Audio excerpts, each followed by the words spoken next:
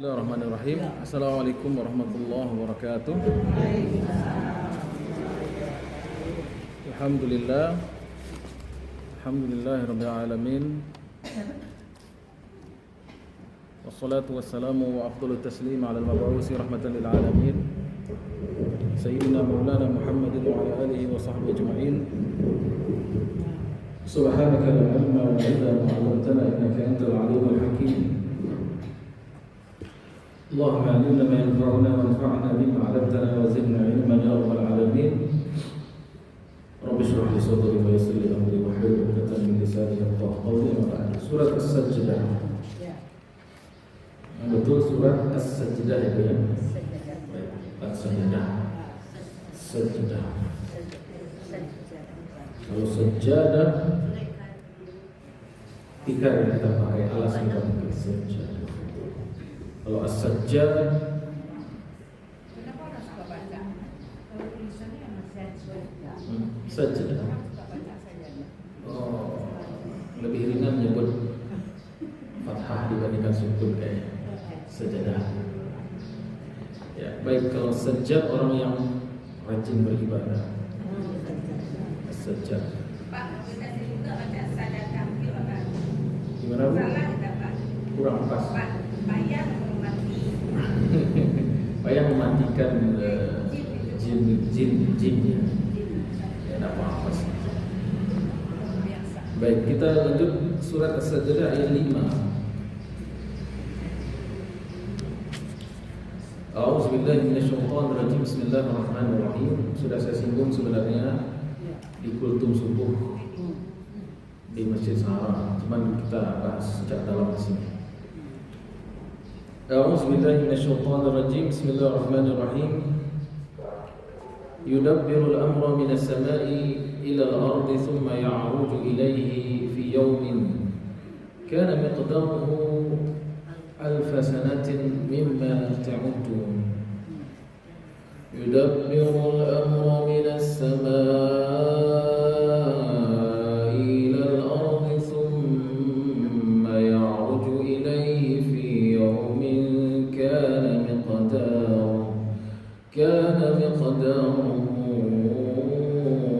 ألف سنة مما تعدون. يدبر.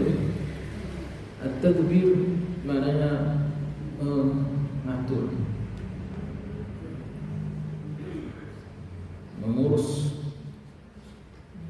Al-amra, urusan. Urusan siapa? Amral khalqi, urusan makhluk seluruhnya. Ibu punya kos-kosan, Satih pintu, sibuk dah Bu. Punya pabrik, Tigo, cik di Sumatera, cik di Madura, cik di Jawa. Sibuk ya. Punya menantu 7 orang. Hah? Cik menantu 3 cucunya. Berayu, puas Allah, sibuk dah Bu. Semakin banyak luas kekuasaan urusan seseorang, sebenarnya makin banyak energi yang dibutuhkan. Dan Allah Subhanahu wa taala Rabbul Alamin tidak berhenti mengurus makhluknya. Kullu yawmin huwa fi sya'nin. Dalam surah Ar-Rahman dikatakan setiap hari Allah tuh mengurusi makhluknya. Kullu yawmin huwa fi sya'nin. Sya'an itu urusan, amra.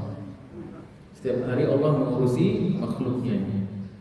Wala ya'uduhu hifzuhuma.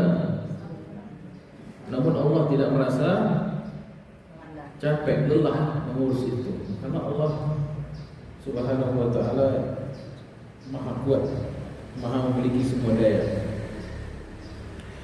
Namun untuk menunjukkan keagungannya, Allah Subhanahu wa taala mengangkat malaikat sebagai suruhan Allah. Jadi untuk urusan makhluk ini Allah Subhanahu wa taala berikan tugas kepada makhluknya. Bukan Allah enggak mampu, sendiri melakukan, tapi untuk li'izhar azamatihi, untuk menunjukkan keagungannya. Bukan Allah tidak mampu mengurus makhluknya, tetapi Allah Subhanahu wa taala ingin menampakkan kekuasaannya, sehingga Allah punya malaikat. Makanya di sini dikatakan yudabbirul amra minas sama'. Urusan makhluk hidup ini seluruhnya, urusan makhluk seluruhnya itu datang dari langit. Minas sama'. Kenapa dari langit? Karena pegawai-pegawai Allah dan tanda kutip malaikat-malaikat itu tempatnya di langit. Ilal ard, menuju ke bumi. Jadi yang diurus di bumi manusia secara khususnya, sedangkan yang mengurus urusan manusia ini melalui tangan atau melalui malaikat yang meninggalnya, yang tinggal di langit. Penghubung antara langit dan bumi disebut Ma'arij. Nah, itu jadi nama surat sendiri, surat Al-Ma'arij, tempat naik artinya. Baik. Boleh minta tisu satu? Maaf. Ya, ada tisu. Terima kasih banyak.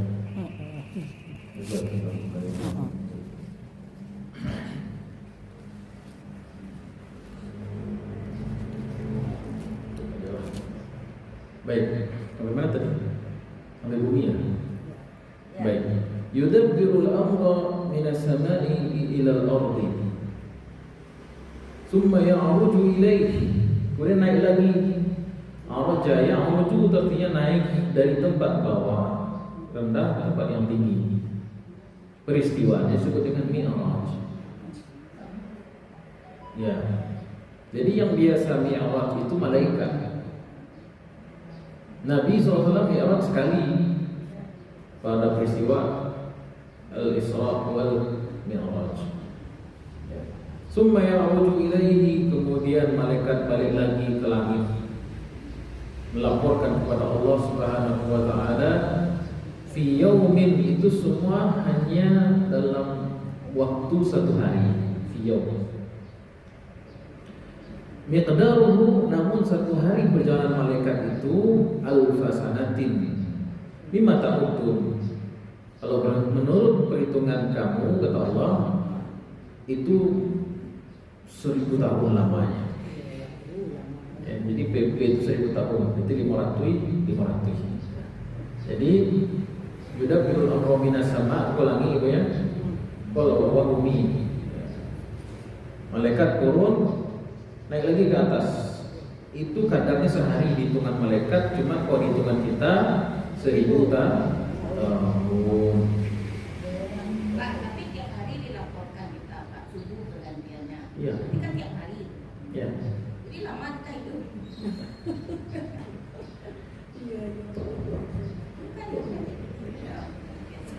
Lama kita hidup. Enggak. 1000 tahun hitungan dunia. Hitungan akhiratnya itu sehari. Ya, kok 5.000 sudah lama kita hidup? Enggak lah. Tidak mungkin. Ini bukan, maksudnya ini adalah perbedaan waktu yang jauh sekali antara alam dunia dengan alam malakut. Ya. Justru menunjukkan kecepatan malaikat. Justru sebaliknya menunjukkan kecepatan terbangnya malaikat. Ya. Kana miqdaruhu 50,000 sanatin mimma ta'udun. Di ayat yang lain di surat Al-Ma'arij 50,000 sanah, 550.000 tahun. Baik.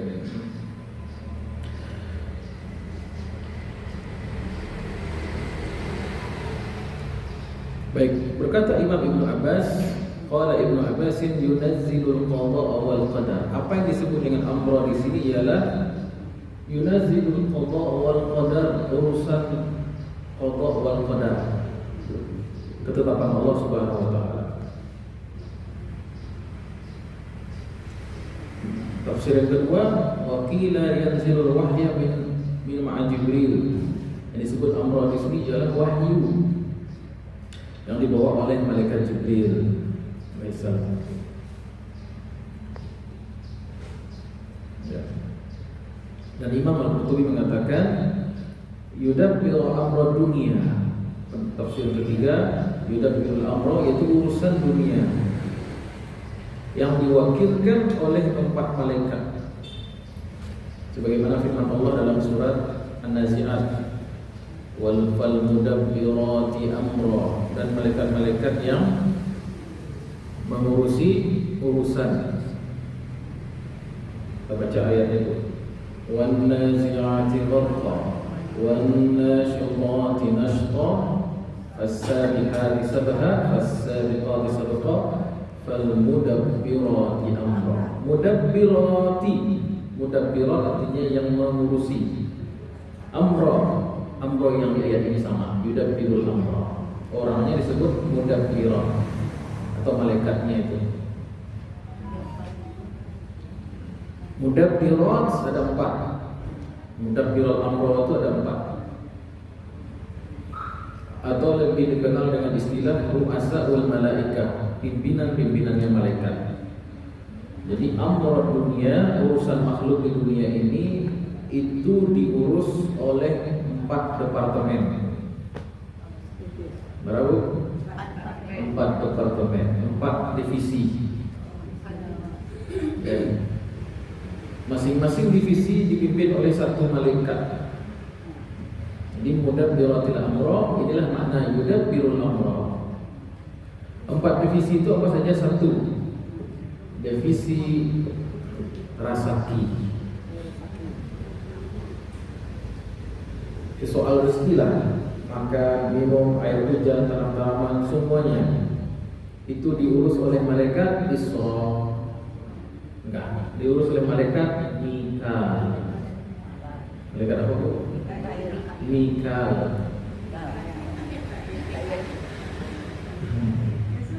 Kita surah Al-Baqarah. Jibril wa Mikail, Mikail. Tapi orang kita menyebutnya Mikail.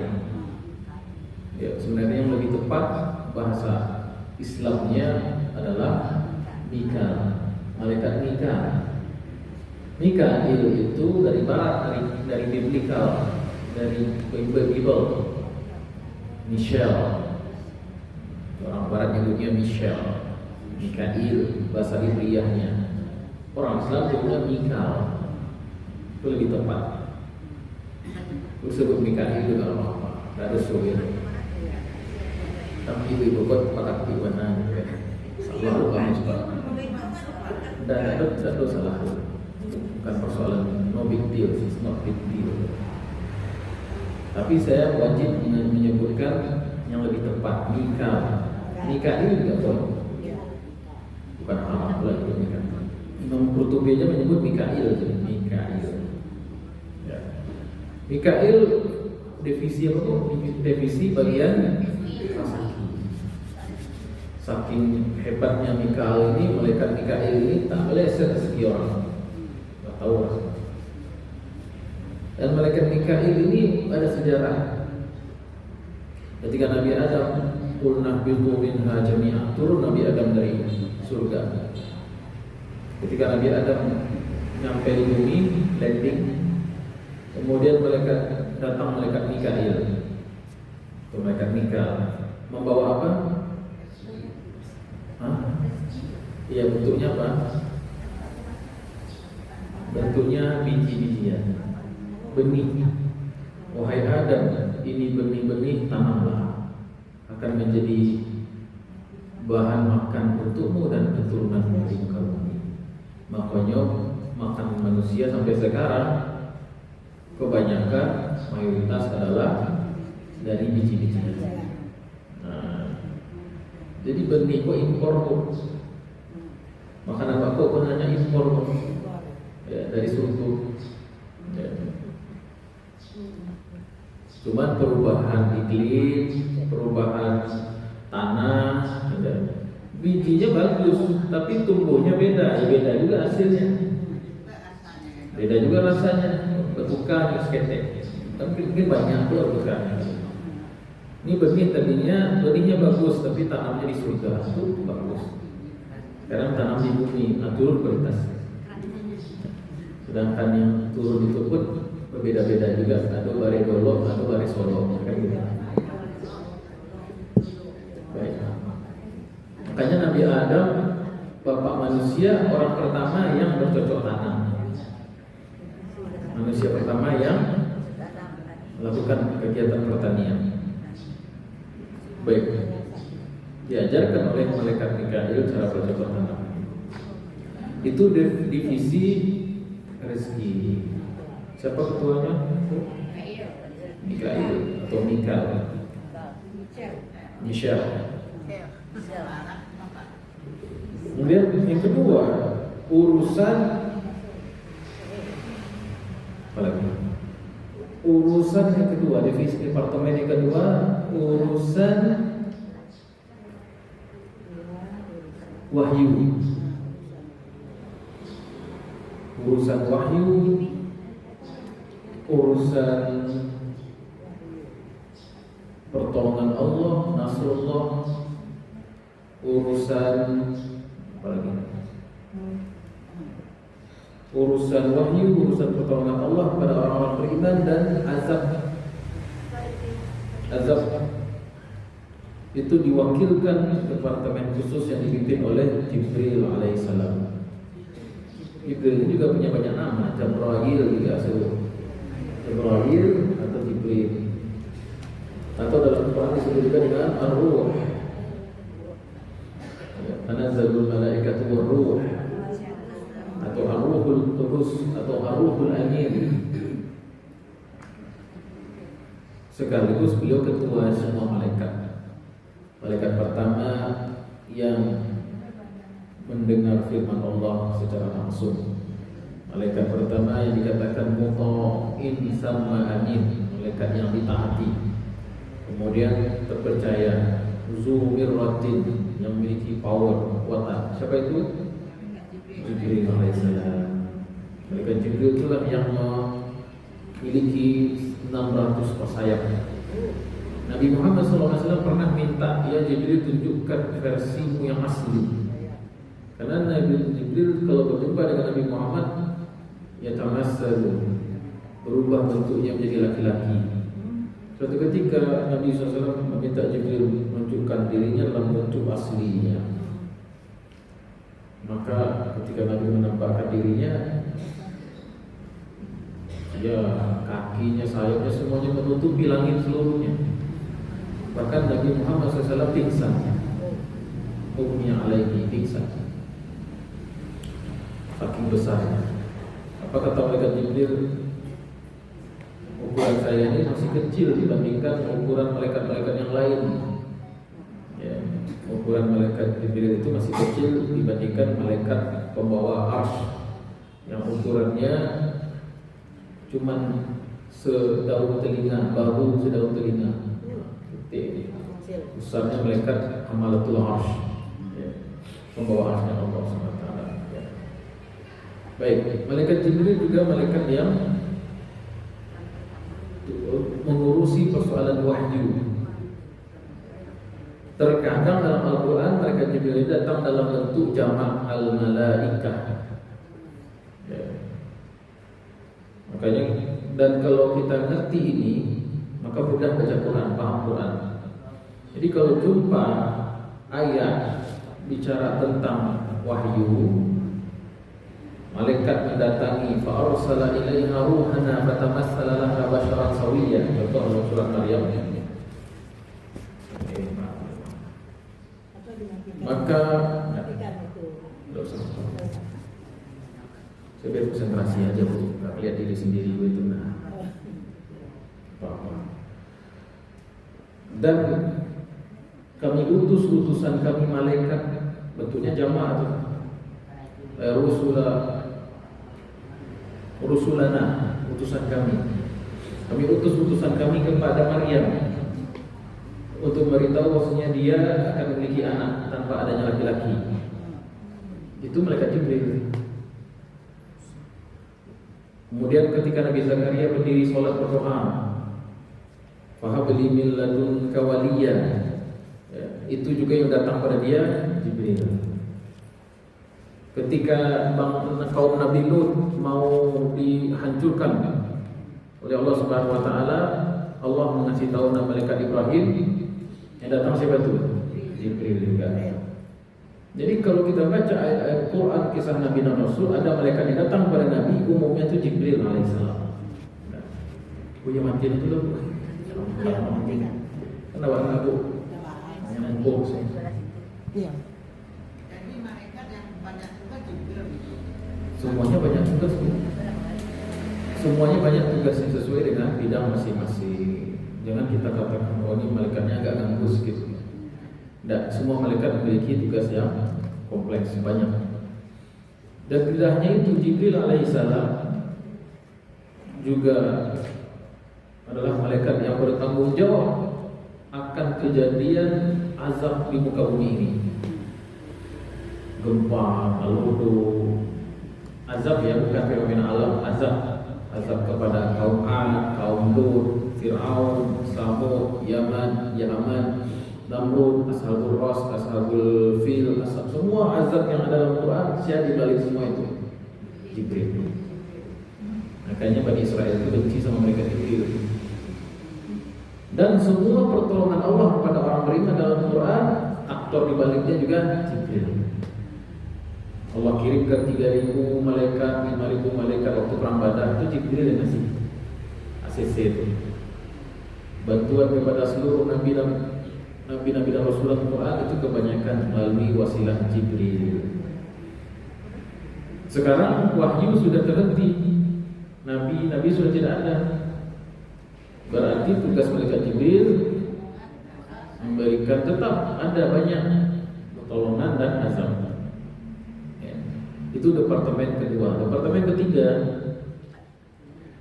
departemen catatan amal, yang mencatat sehari-hari adalah malaikat kiri kanan wah. Tapi yang melaporkan kepada Allah itu Israfil. Malaikat apa bu? Israfil. Cuman Israfil ini kebanyakan orang tahunya cuman meniup trompet saja. Nah, itu tugas akhir. Itu tugas terakhir beliau. Tugas utamanya adalah melaporkan amal manusia. Catat lain lagi orangnya.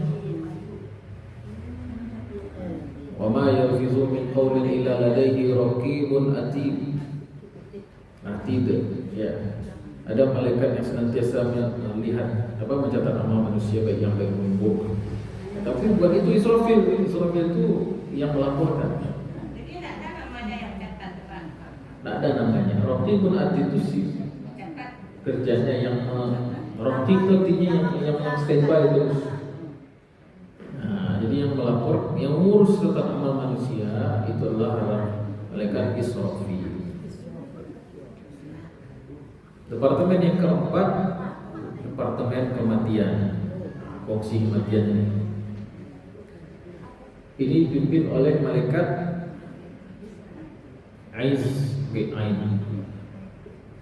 Israil.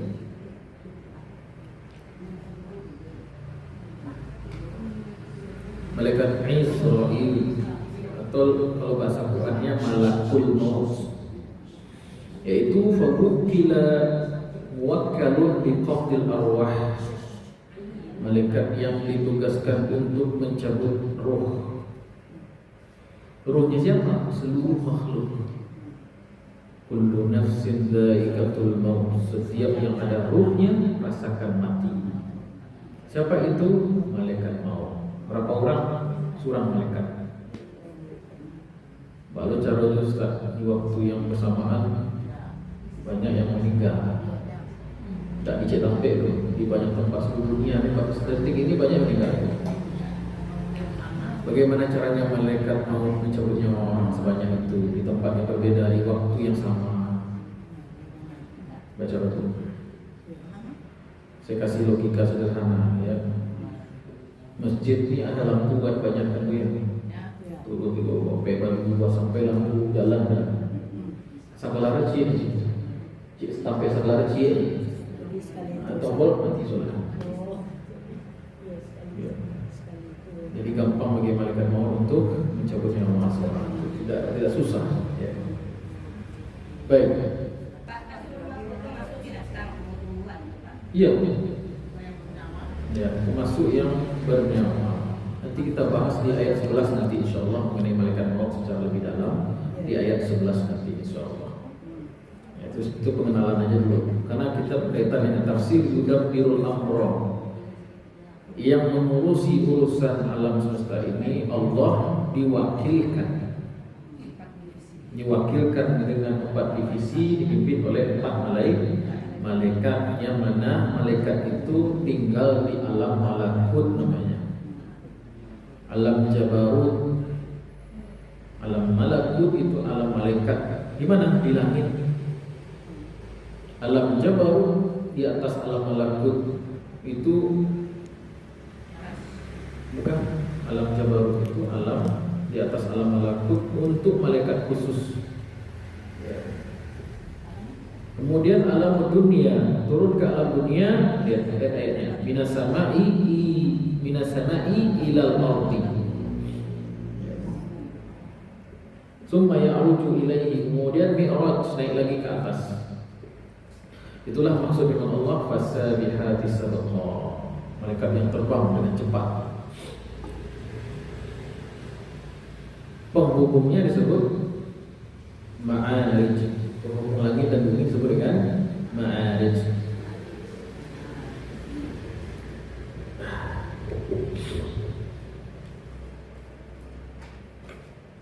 Baik.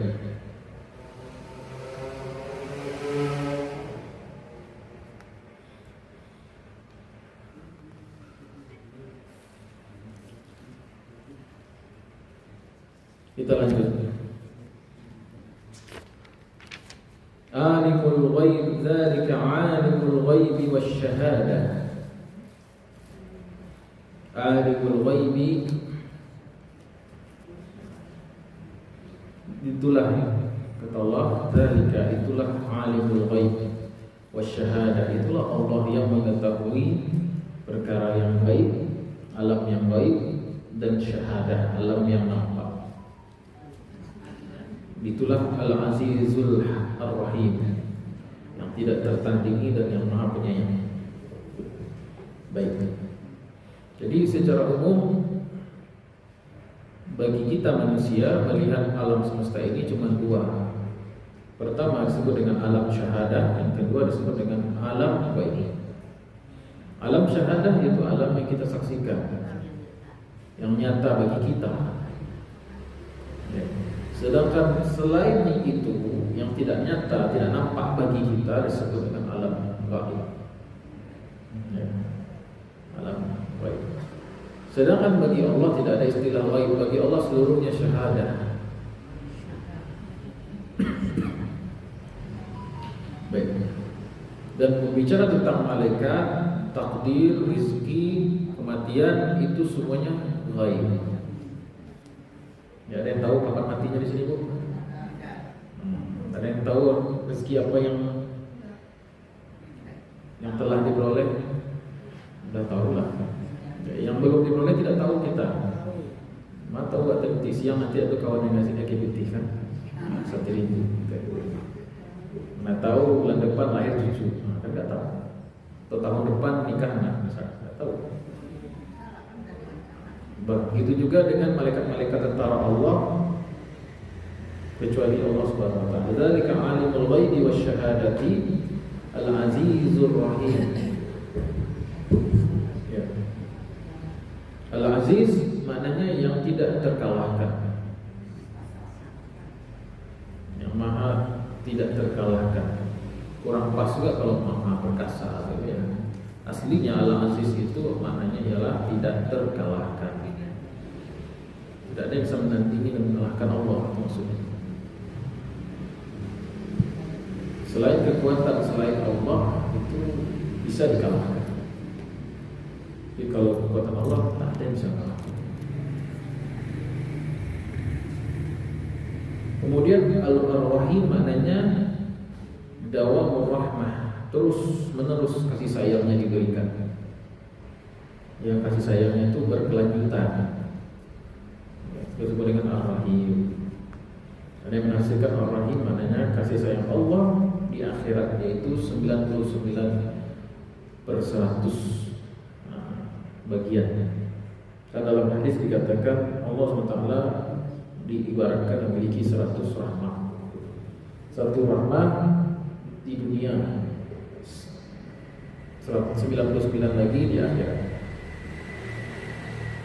Ketika Allah mencurahkan kasih sayangnya 99 itu, itulah nama Allah Ar-Rahim itu.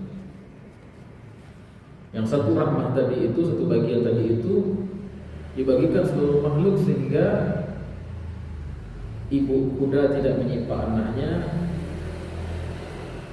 ibunya singa tidak memakan anaknya.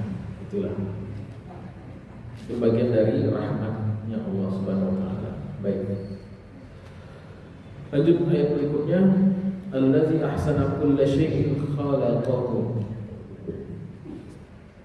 Ahsan maknanya adalah atqan, yang menyempurnakan, yang memperbagus kulla syai'in, setiap yang Dia ciptakan.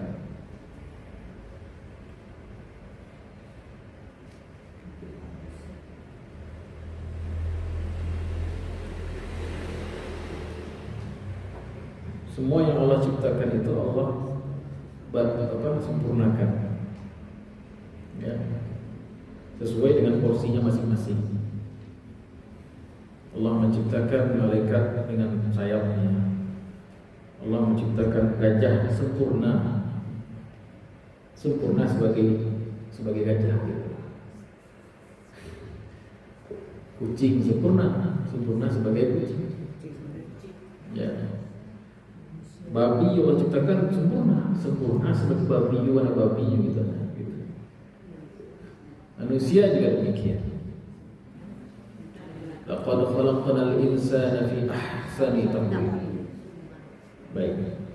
Lihat, perhatikan di sini ya. Allazi ahsana kulla syai'in khalaqahu wa bada'a, dan Dia memulai khalqal insani min tin, dan Dia memulai penciptaan manusia dari tanah. Ini yang disebut dengan zikrul khassi ba'dal 'am, menyebut makhluk yang khusus setelah menyebutkan umum.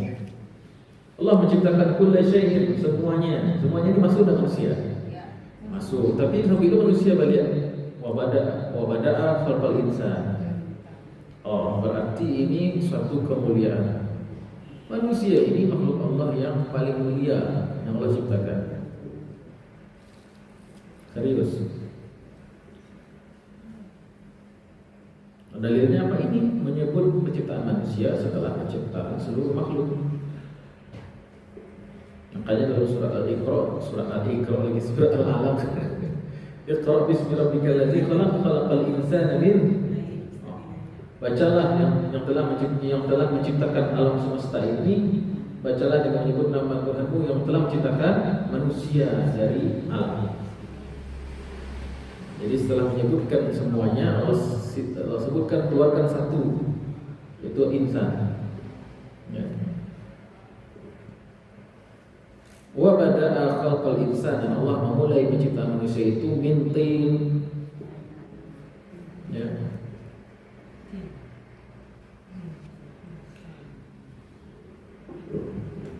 Dan Allah memulai penciptaan manusia dari tin. Apa itu tin? Dari tanah. Ada sejarahnya itu. Kenapa manusia diciptakan dari tanah? Awal mulanya Allah memerintahkan Jibril alaihissalam untuk mengambil tanah bumi. Pergilah Jibril dari langit ke bumi. Mau diambil tanahnya bumi ngomong, Allahumma inni a'udzubillahi minka. Ya Allah, aku berlindung daripadamu wahai Jibril. Tak niu bumi menyerahkan tanahnya. Tak reda saya tanah saya diambil kata bumi. Mungkin Allah Ta'ala analisa saya, ya, karena bumi tahu tanahnya akan diambil untuk menciptakan makhluk bernama manusia. Manusia itu nanti beranak pinak, tinggal di bumi, menumpahkan darah, saling bunuh, saling zalim. Hanya bumi gak mau. Aku berlindung kepada Allah darimu, nggak mau saya. Maka Jibril nggak maksa. Jibril datang lagi kepada Allah. Diutus lagi malaikat Mikail. Kemudian sama juga datang malaikat Mikail, kata tanah, auzubillah minka. Saya berlindung kepada Allah darimu, saya nggak mau. Balik lagi malaikat Mikail, tidak jadi ngambil tanah itu. Kemudian datang malaikat yang ketiga. Malaikat ketiga ini datang ke bumi, mau ngambil tanah. Apa kata bumi? Auzubillah minka. Aku berlindung kepada Allah, berlindung kepada Allah darimu, nggak mau saya kasih tanah saya, ini kata bumi. Tapi malaikat ini ngomong, menjawab, auzubillah min an ukhalifa amrahu. Aku berlindung kepada Allah dari tidak mematuhi perintahnya. Tetap diambil oleh malaikat ini, malaikat yang ketiga, diambil aja. Walaupun bumi tidak ridho, diambil sama dia. Ya. Diambil tanah Afrika, diambil tanah Asia, diambil tanah Amerika, diambil tanah Australia, diambil tanah Indonesia, diambil tanah Jawa, diambil tanah Padang. Mungkin ya Allah. Pokoknya diambil 7 tanah. 7 tanah. Kemudian dibawa kepada Allah Subhanahu wa taala. Ya. Dari tanah itu diaduk, dibentuk, itu disebut tin tadi itu. Dibentuk, kemudian sempurna bentuk fisiknya, baru kemudian ditiupkan ruh. Ya. Wa nafakha fihi min ruhi. Baru kami tiupkan ruh, maka sempurnalah dia sebagai manusia. Itulah Nabi Adam alaihissalam. Ya. Siapa malaikat tadi itu? Malaikat Israel yang mengambil tanah, hasil mengambil tanah itu malaikat Israel. Terus kata Allah, karena kau berhasil mengambil tanah, maka kau juga yang aku perintahkan nanti untuk mencabut nyawa mereka. Karena engkau yang berhasil mengambil tanah anak Adam, jika bakal tubuh Nabi Adam, engkau juga yang akan memisahkan ruh dan badannya nanti. Itu malaikat Israel. Malaikat keempat. Ketiga. Ketiga. Enggak. Malaikat pertama tadi. Iya. Iya, yang datang mengambil tanah tadi itu. Baik. Makanya malaikat Israel ini diberi tugas untuk mencabut nyawa karena dia yang mengambil tanah dulu. Baik. Pak, tanah yang dibakar yang hitam itu maksudnya. Ya. Tanah yang dibakar seperti tembikar. Ya. Summa ja'ala naslahu, dan kami jadikan nasalnya, nasl itu keturunannya, min sulalatin min ma'in mahin, dari air mani. Maksudnya adalah keturunan Nabi Adam. Kalau Nabi Adamnya sendiri itu dari tanah pertama, kemudian dibentuk, dibakar, dibentuk berbentuknya berongga, ya, tapi masih belum hidup. Kapan hidup? Summa sawwahu, kemudian Allah sempurnakan Nabi Adam, wa nafakha fihi min ruhi, Allah tiupkan. Kenapa ruh itu dia disebut nafakha? Lihat kata-kata ini. Nafakha yanfukhu itu aslinya begini, tiupan. Karena ruh, kata ulama, sejenis dengan udara. Karena ruh itu dia sejenis dengan udara, maka diibaratkan seperti nafakha fihi min ruhihi. Nah, kemuliaan manusia itu di mana? Bukan dari tanahnya. Dari sini, min ruhihi. Lihat ayatnya, jangan lihat saya, lihat ayatnya. Min ruhihi, dari ruhnya Allah. Hi itu huwa, kembali kepada Allah. Makanya manusia, kalau manusia ini terdiri atas 2 komponen tubuhnya. Komponen dasar yaitu dari tanah, komponen yang kedua ruh dari Allah. Sekali lagi ya, makanya manusia itu ada 2 komponen. Komponen yang rendah, komponen yang hina, yang dihina oleh setan itu kan komponen awak yang rendah. Tapi setan iblis lupa komponen manusia yang tinggi. Apa itu? Ruhihi, ruhnya datang dari Allah. Maka menjadi manusia mulia itu kalau orang itu taat kepada Allah. Kalau orang itu hanya memenuhi keinginan rendah, maka tak ubahnya dia seperti tanah rendah. Ya. Halo? Nyambung tak? Baik. Makanya ini bentuk tasyrif dari Allah, kemuliaan dari Allah ke Bani Adam.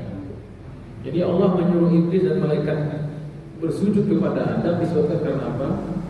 Karena ruhnya datang dari Allah. Bukan ruh Allah ya, ruhnya datang dari Allah Subhanahu wa taala.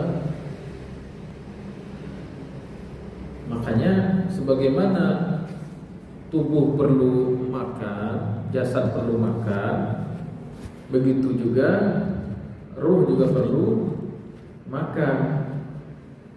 Ya. Makanan jasad adalah yang tumbuh di tanah. Ya, seperti apa makanan kita yang tumbuh di tanah? Ya, tumbuh-tumbuhan, makanan, biji-bijian, barang yang lagi masak dari nasi.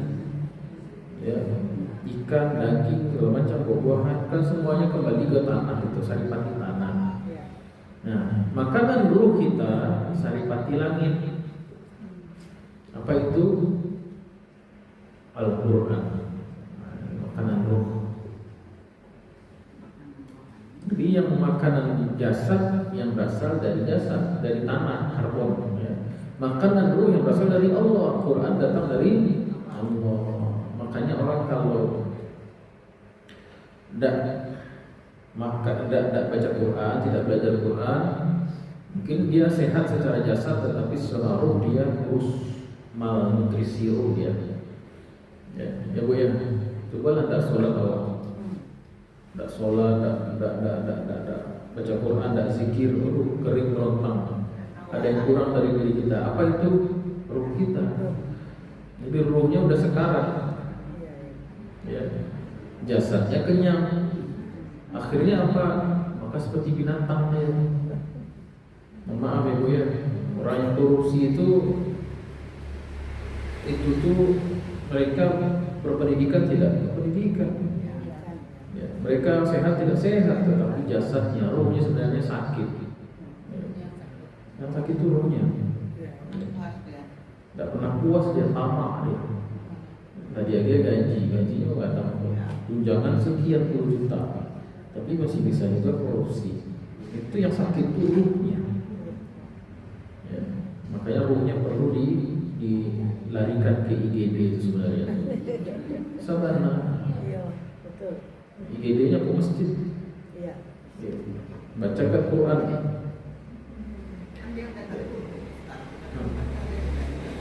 Apa Bu? Kita bacakan juga dia tidak akan mendengar. Makanya kalau ruh itu, kalau makanan apa yang diambil dari makan, makan nasi, sebenarnya dibutuhkan apa? Karbohidratnya. Kita makan daging, sebenarnya diambil apa? Oleh sel, protein kan. Kita minum makan buah, yang diambil itu diantaranya serat sama vitamin, itu kan yang dibutuhkan sel. Begitu juga Al-Quran ini, kita boleh jadi sama-sama punya Quran, tetapi saripatinya tidak masuk ke hati. Saripatinya itulah hidayah. Nah, hidayah itu masalahnya mutlak di tangan Allah, itu masalahnya. Bagaimana bukan hidayah? Kita hanya bisa berdoa dan bersungguh-sungguh. Allah Subhanahu wa taala memberikan hidayah yahdi may yasha, siapa yang dia kehendaki. Cuma untuk bisa mengundang hidayah Allah itu, Allah akan nilai dulu ini orang layak dari kasih hidayahnya. Itu. Pak, di sekarang ini kan salah satu hidayah Tuhan kita. Ya, mau pergi ngaji. Iya betul. Itu tentu hidayah. Bahkan hidayah yang luar biasa. Baik, summa sawwahu wa nafakha fihi min ruhihi. Jadi Allah nisbatkan ruh itu kepada Allah Subhanahu wa taala. Ilmu kita mengenai ruh ini sedikit atau wa ma utitu minal ilmi illa qalila. Adapun mereka bertanya yas'alunaka 'anil ruh. Mereka bertanya tentang ruh, katakanlah ruh itu urusan Tuhanku. Qul ruhu min amri rabbi wa ma utitu minal ilmi illa qalila. Sedikit kali ilmu pengetahuan kita tentang ruh tersebut. Baik. Lanjut. Wa ja'ala lakumus sam'a wal absara wal af'idah qalilan ma tashkurun. Kemudian dialah Allah. Kalau ada kata-kata ja'ala, itu maknanya bukan hanya menciptakan, memfungsikan untuk dirimu atau menciptakan dan memfungsikan. Ya. Karena tidak semua yang tercipta itu berfungsi. Maaf, ada orang butuh itu matanya ada, bola matanya ada, telinganya ada, tapi tak bisa mendengar. Ya. Dan Allah SWT wa ja'ala lakum, dan Allah memfungsikan as-sam'a, pendengaran, wal absar, penglihatan, wal af'idah, dan otak. Ada yang menafsirkan af'idah itu hati. Baik. Jadi ketika jasad saja belum ada nafkhul ruh, lihat urutannya Bu ya. Lihat urutan sini Pak. Ketika summa ja'ala naslahu min sulalatin min ma'in khalaqal insana min tin, atau min sulalatin min ma'in mahin. Ketika jasad itu sudah sempurna tapi belum ada ruh, berfungsi enggak matanya? Ya, berfungsi enggak telinganya? Ya, berfungsi enggak anggota indera yang lain? Tidak. Itulah fungsi ruh. Mandian mayat misalnya, mayat itu lengkap badannya, tetapi fungsi tidak lagi. Kenapa? Kuncinya ada di ruh. Nah, lihat urutannya betul, baik sekali ini. Wa bada'a khalqal insani min tin, kemudian sulalatin min ma'in mahin keturunannya, kemudian nafakha fihi min ruhihi. Ketika anggota jasad bertemu dengan anggota ruh, itulah manusia, sehingga badan anggota indera tadi as-sam'a wal absar, afidah, semuanya berjalan dengan baik. Baik. Namun kata Allah, qalilan ma tashkurun. Namun sedikit kali kalian bersyukur. Namun sedikit sekali kalian bersyukur, kata Allah. Jadilah kita orang yang sedikit itu, yang qalil itu. Dalam ayat yang lain, wa qalilun min ibadiyas syakur. Sedikit sekali ya, kata Allah, hambaku yang benar-benar bersyukur. Ya. Bagaimana cara bersyukur? 1, ada 3, sering saya ulang. Bersyukur itu ada 3 tingkatan. Yang pertama, mengakui sebuah nikmat itu nikmat dari Allah. Makanya kita perlu bersyukur. Urutkan lagi ayatnya dari awal. Ya Allah, makasih aku diciptakan sebagai manusia, bukan sebagai hewan. Ya. Jadi kadang manusia ini mau jadi hewan ya. Contoh Ibu, suka menjilat.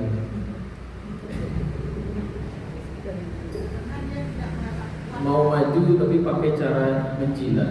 Memang dia anjing. Oh. Kan, nah iya, kita makanya begini saya bilang, ini kan khalaqa al-insana min tin. Kita bersyukur diciptakan sebagai manusia, maka jadilah manusia gitu. Dan jadi hewan lo gitu. Karena sebagai manusia harus menjadi hewan untuk bisa kaya gitu. Apa sifat hewan? Puas, suka nerekam, jadi monyet dulu, ada P-nya pisang dulu, ambil celik. Tidak tak bersyukur sebagai manusia. Telah dicipta sebagai manusia yang memiliki akal, budi, etika, akhlak. Tapi bahas supaya kekuasaannya maju, etika dilanggar. Kan itu, karena semua itu binatang. Bahkan lebih parah lagi ada binatang. Selapar-laparnya buaya, kalau makan sekali nol. Kalau manusia sepuluh harga tinggi. Di sini posnya banyak banget. Lebih kan nasi dari binatang. Nah, kenyang ya. Makanya tingkatan bersyukur pertama adalah mengakui nikmat itu nikmat dari Allah. Ya. Nikmat mana saja? Ini baru kita balikkan lagi ayat sebelumnya itu. Nikmat menjadi manusia. Pernah enggak ibu doa, ya Allah makasih aku diciptakan sebagai manusia? Pernah enggak, Bu? Pernah? Oh itu iya, itu kan jimat turun. Ya Allah makasih kau ciptakan hamba sebagai manusia, gitu kan? Ya Allah lebih makasih lagi kau ciptakan hamba sebagai muslim. Ya Allah terima kasih lagi kau ciptakan hamba sebagai muslim umat Rasulullah SAW. Dan itu tingkatan nikmat basyariyah, nikmat islamiyah, nikmat umat Rasulullah SAW. Karena tidak setiap manusia muslim, benar enggak? Oh, enggak semua manusia mendapatkan nikmat Islam. Tidak semua muslim itu umat Rasulullah SAW. Ya. Kalau ini di zaman Nabi Nuh berarti umat Nabi Nuh kan? Ya. Entah umat Nabi Nuh yang ikut kapal atau tajia kan itu. Entah umat Nabi Nuh yang ikut kapal atau yang ketinggalan. Ya. Dan kita dipilihkan dapat nikmat umat akhir zaman, umat Nabi Muhammad SAW, pemilik syafaat, insyaallah. Kemudian tingkatan syukur yang kedua mengucapkan tahmid. Alhamdulillah.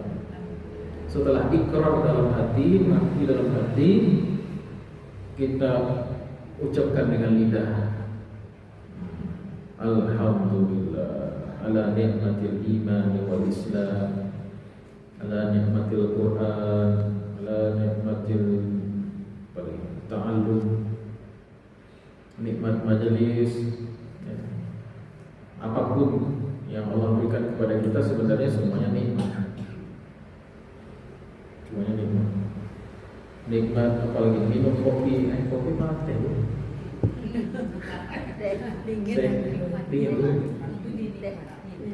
Enggak sekarang minum teh itu tidak semua orang bisa minum manis tuh.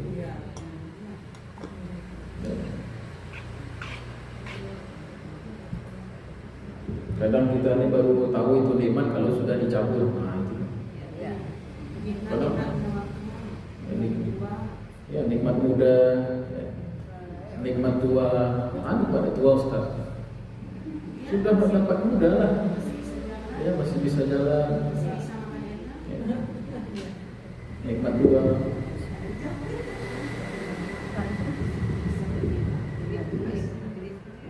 Nikmat tua itu salah satunya apa?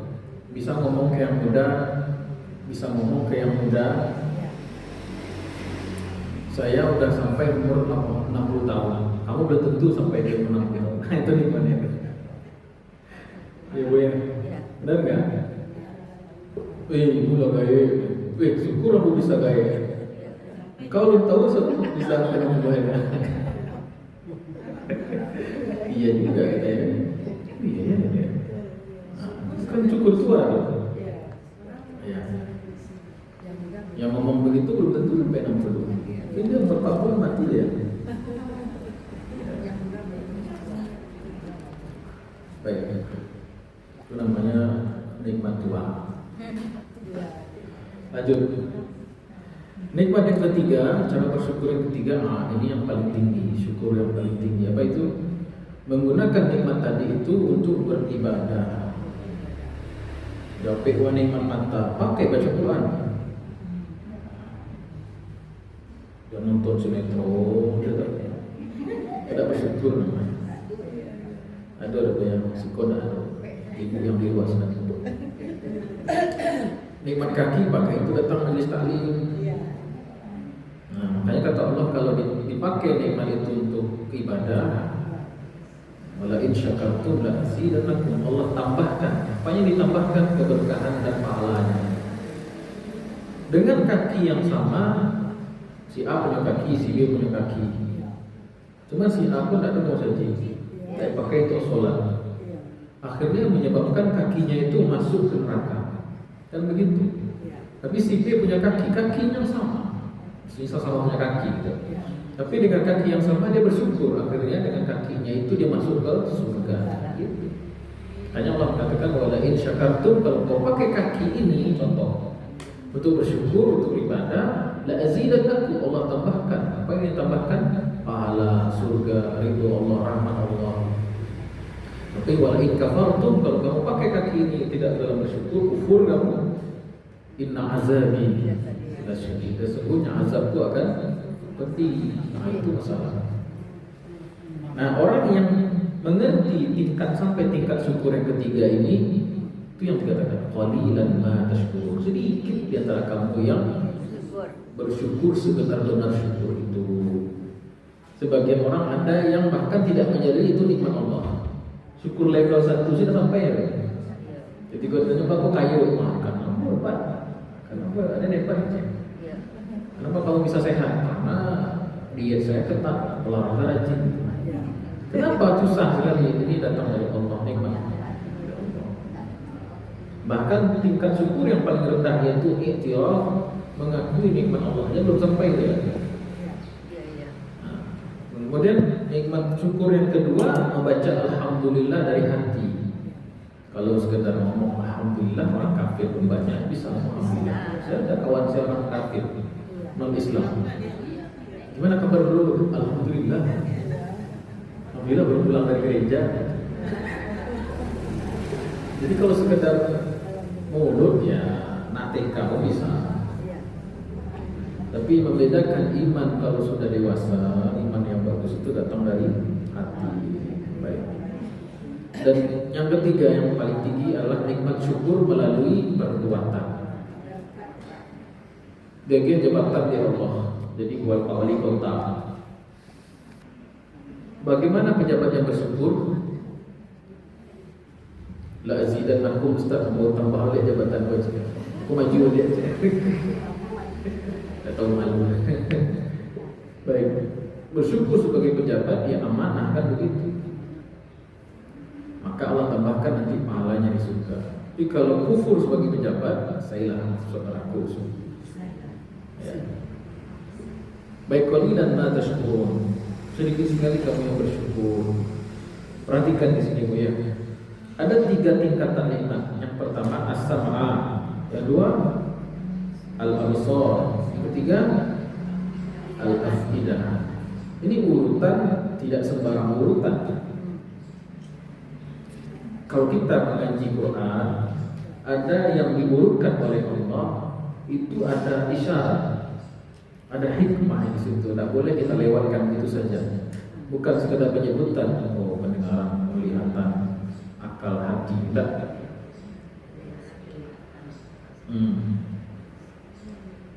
Kenapa as-sam' pendengaran itu datang dalam bentuk tunggal? Sebelum kita ngomong urutan ya, kita bahas dulu. Kenapa as-sam'a datang dalam bentuk tunggal? Sedangkan absar dalam bentuk jamak, afidah juga dalam bentuk jamak. Absar jamak dari basar, afidah jamak dari fuad. Kenapa tidak as-sam'a wal basar wal fuada? Gitu. Kenapa kalau pendengaran yang katanya tunggal mufrad, tapi kalau penglihatan dan hati itu jamak?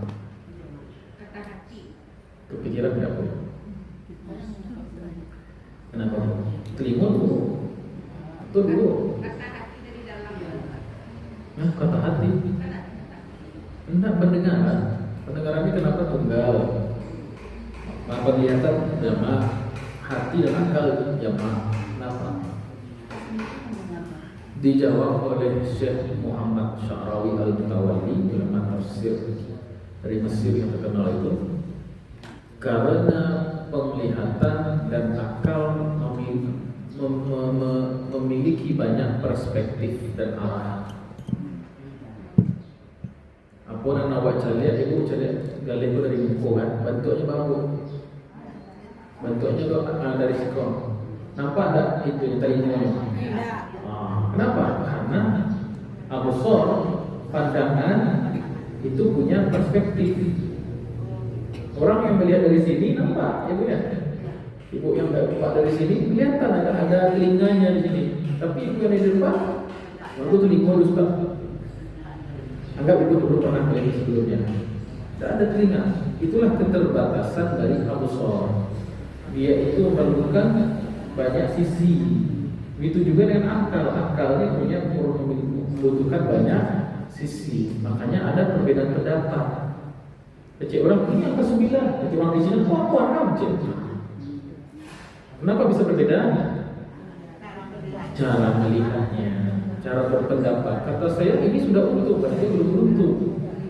Perbedaan pendapat. Ini basmalah ini termasuk Al-Fatihah, ini tidak termasuk Al-Fatihah. Karena akal punya banyak perspektif, begitu juga penglihatan visual punya banyak perspektif. Nah, as-sam'a datang dalam bentuk tunggal. Kenapa? Karena suara ditangkap tanpa perspektif. Saya katakan sekarang, saya mau ngomong, saya akan sebutkan sebuah nama. Siap-siap ya? Beda enggak pendapat orang? Disebut ya namanya. Yasru. Siapa nama yang barusan saya sebut? Sama soalnya kan? Tidak perlu perspektif. Namanya suara ditangkap oleh sama itu hanya satu saja bentuknya. Itu menurut Syekh Mutawalli Sya'rawi. Tapi bisa dirubah oleh analisa pendengaran itu. Oh, sudah masuk analisa berarti akidah. Tapi ini suara toknya saja. Suara itu bisa sama. Kalau perspektif, gambar punya perspektif. Baik. Itu mengenai tunggal dan jamak. Kemudian sekarang mengenai urutannya. Kenapa as-sam'a, kemudian absar, kemudian afidah? Kenapa as-sam'a lebih dahulu disebutkan? Karena as-sam'a indera pertama yang Allah berikan kepada manusia ketika di janin. Masih dalam keadaan janin, Allah agihkan. Allah berikan. Itulah kalau Indominya. Allah sudah berikan sejak di janin, di alam janin pendengaran. Mata belum lihat bayi itu lagi. Bila bayi itu bisa baca lihat.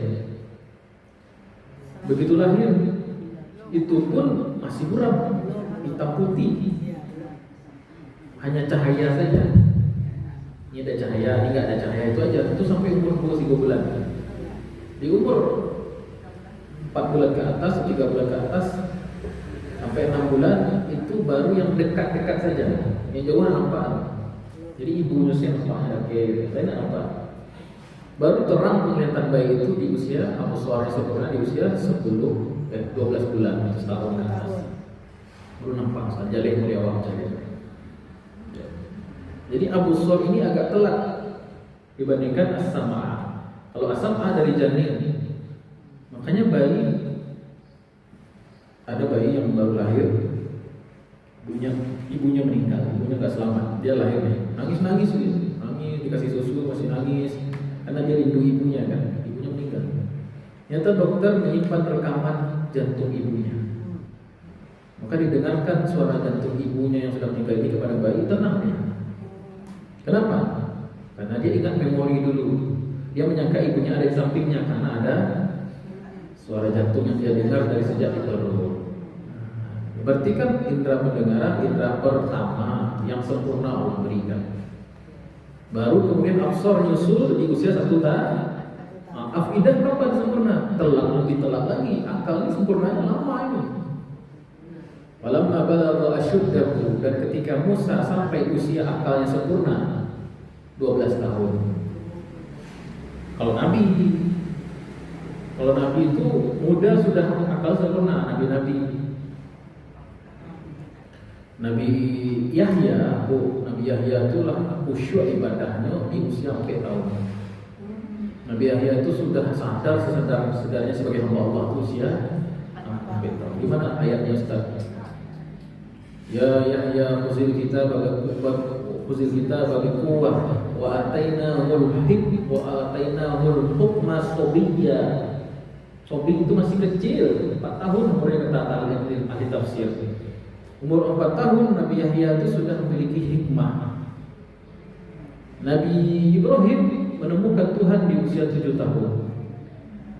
Cepat matang dewasanya gitu. Nabi Musa 12 tahun. Maka lebih kurang daripada itu. Ya. Nabi Imam Syafi'i, dengarkan Nabi Imam Syafi'i itu menjadi mufti di usia 13 tahun. Imam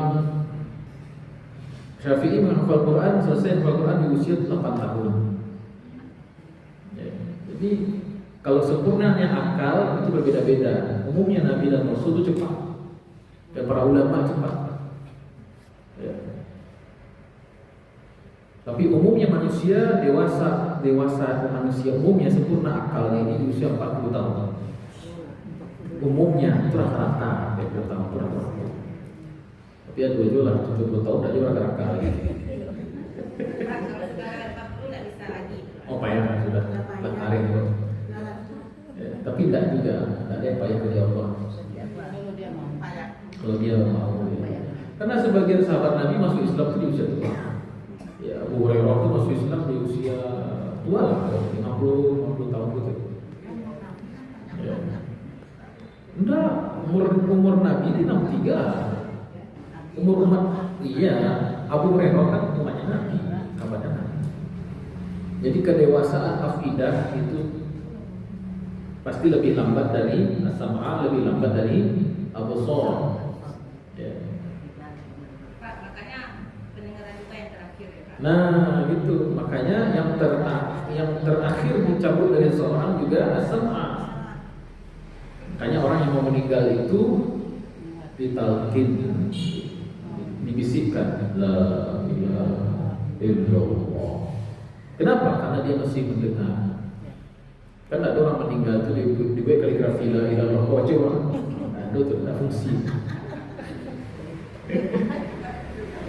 Nah, ada fungsi lagi. Karena absornya sudah, apalagi ini minus 5 misalnya, plus misalnya matanya silindris.